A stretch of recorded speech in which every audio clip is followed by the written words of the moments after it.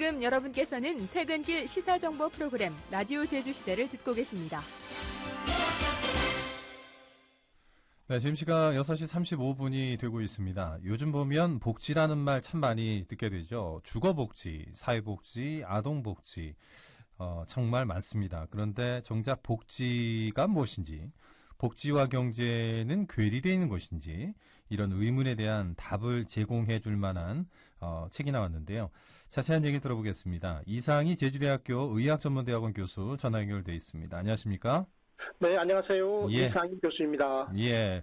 오늘날 이 시대에 살아가는 평범한 사람들의 삶, 이게 좀 어떻다고 보시나요? 네, 안녕하세요. 보통 사람들의 살림살이가 매우 어려워졌습니다. 경제와 산업이 양극화되어 있고, 거기에 따라서 우리 일자리도 이렇게 좋은 일자리와 나쁜 일자리로 뚜렷하게 양극화가 되다 보니까, 네네. 살림살이가 굉장히 나빠진 거죠.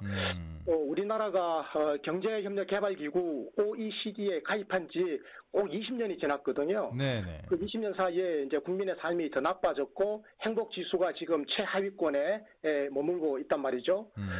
빈곤율을 보면 절대 빈곤은 20년 사이에 거의 그대로인데 상대 빈곤이 2배로 늘었습니다. 한 7% 되던 것이 지금 15%로 늘었거든요. 네네. 게다가 자살률은 3배나 늘었고 아시다시피 출산율은 세계에서 거의 지금 꼴찌 수준 아니겠습니까?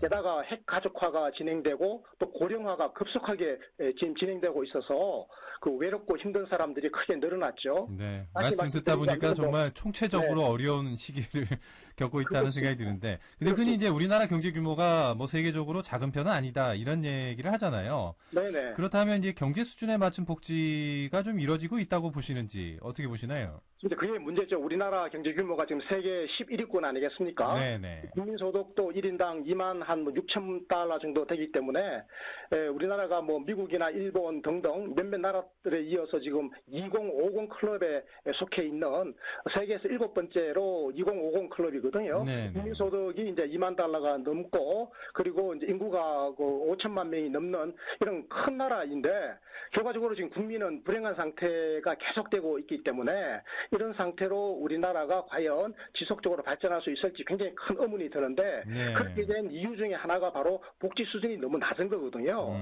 그래서 복지 수준을 나타내는 지표로는 국내 총생산 대비 복지 지출의 비중이라고 하는 지표가 있는데요. 우리나라는 이게 10.5%밖에 안 됩니다. 그러니까 GDP의 10.5%만을 복지에 쓰는 거죠. 네. 그런데 OECD 국가들 평균은 22%나 되고 주요 선진국들은 이게 30%나 되거든요. 네네. 그러니까 OECD 평균에 비하면 절반이고 그리고 주요 선진국에 비하면 3분의 1밖에 안 되는 복지죠.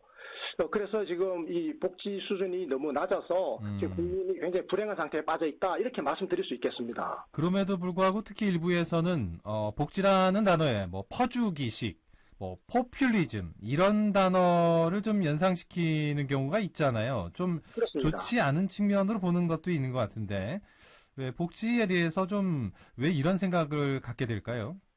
그러니까 이게 우리나라의 그 복지가 그리고 복지에 대한 우리 국민의 인식이 굉장히 이게 낡은 것이라서 그렇습니다. 잘못된 시각이 널리 퍼져 있는데요. 그러니까 복지라고 하는 것은 가난한 사람들을 구제를 하는 거다, 구빈이다 이렇게 생각하는 거잖아요. 그리고 또 경제를 어렵게 할 수도 있다라는 측면으로도 좀 분리된 측면이 좀 있는 것 같네요.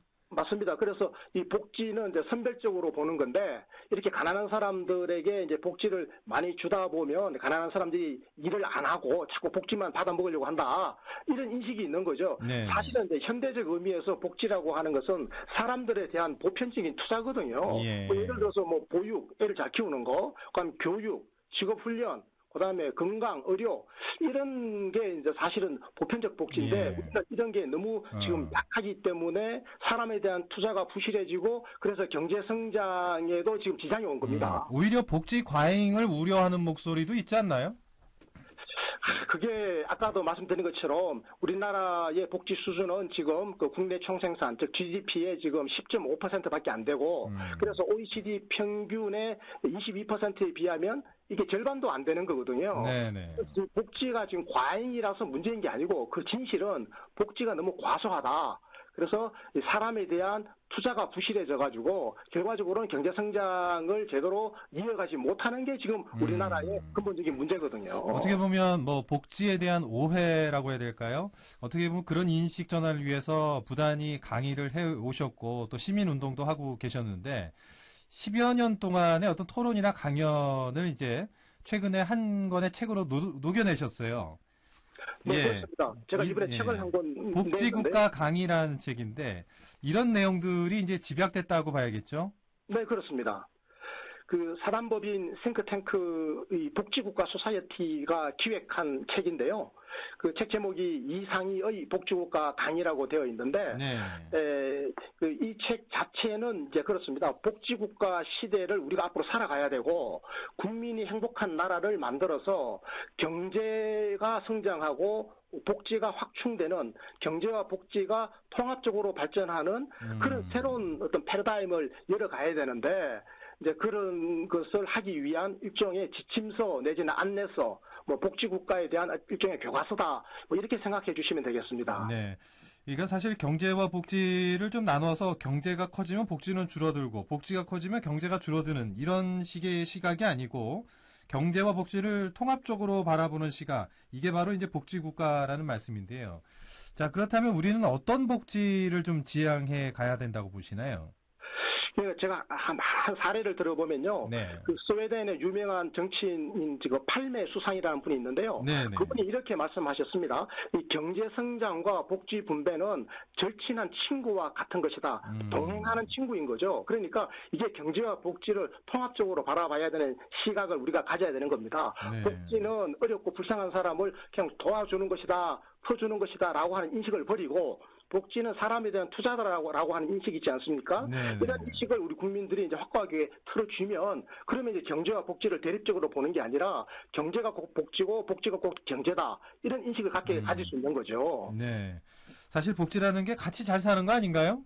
그렇습니다. 예, 근데 사실 기득권이 알아서 양보하기는 쉽지 않은 일, 또 이 신자본주의 정책상에서는 좀 어려운 점들도 있지 않을까 싶은데요.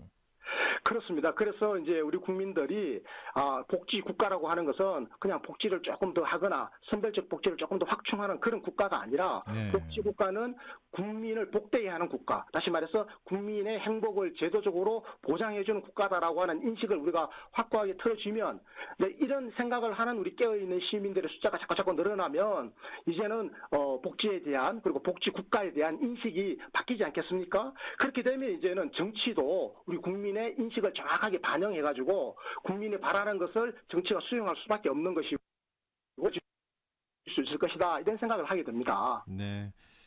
말씀해주신 그 깨어있는 시민이라는 말도 좀 귀에 들어오고 우리가 행복할 권리, 또 행복한 나라를 우리도 누리고 또 자식 세대에게 또 물려주는 그런 측면도 좀 있어야 될 것 같은데요.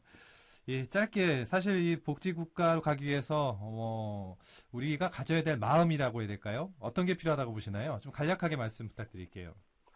이제 저희들이 다른 사람들에 대한 생각, 이타심이라고 있지 않습니까? 네. 이 이타심이라고 하는 것을 가지는 것이 내게도 이익이라고 하는 생각을 가져야 됩니다. 복지는 함께 성장하고 함께 발전하는 그런 국가 모델이거든요.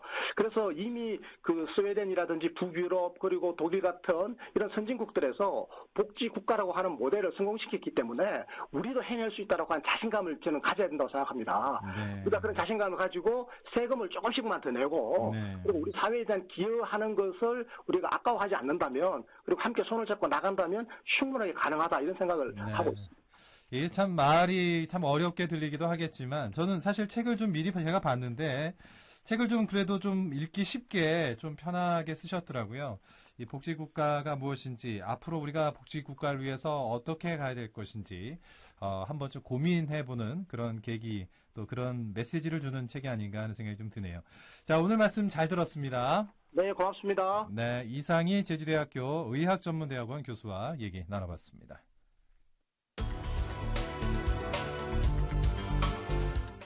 제주를 넘어 세계로 간